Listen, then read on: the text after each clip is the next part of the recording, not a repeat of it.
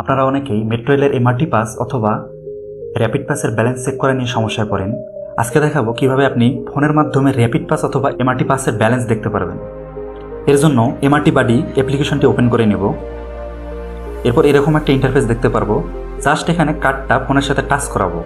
তো দেখেন এখানে টাচ করার সাথে সাথেই আমার ব্যালেন্স শো করতেছে এবং আমার রিসেন্ট যে জার্নিগুলো কোথায় কোথায় গিয়েছিলাম সব কিছু দেখাচ্ছে।